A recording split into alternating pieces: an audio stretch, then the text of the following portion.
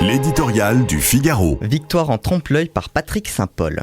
Versailles, c'est pas du plaqué or, c'est du lourd. Prononcée quelques heures avant la signature du protocole d'accord avec l'Iran, la phrase n'est pas titrée d'un dialogue d'Audiard, c'est du Trump. Le président américain assure à sa base, tout en subtilité comme à son habitude, que son deal est en or massif, alors qu'il vaut en réalité à peine la feuille de papier sur laquelle il a été signé. Au-delà du décorum auquel il est si sensible, le symbole de Versailles ne lui a pas échappé. Projection de la puissance du roi Soleil, c'est le lieu où l'on signe la paix des vainqueurs. Il serait donc bien le winner dans la guerre d'Iran, malgré ce que laissent entendre les cris de victoire des gardiens de la révolution de Téhéran. En 1783, le traité de Versailles, signé avec le roi George III, avait mis fin à la guerre d'indépendance des États-Unis.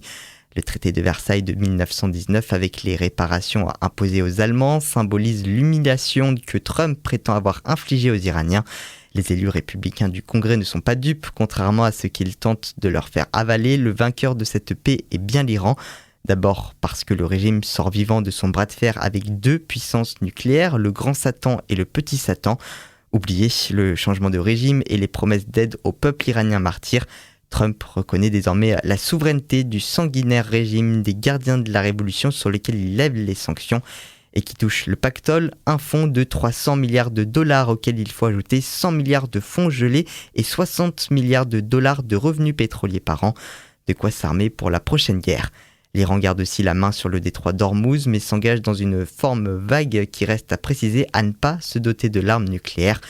Le deal a tout de même un mérite, il met fin au moins temporairement à la guerre d'Iran. L'économie mondiale peut pousser un soupir de soulagement. Le cessez-le-feu concerne aussi le Liban, mais le problème du Hezbollah reste intact. Une mauvaise paix mène toujours à une nouvelle guerre.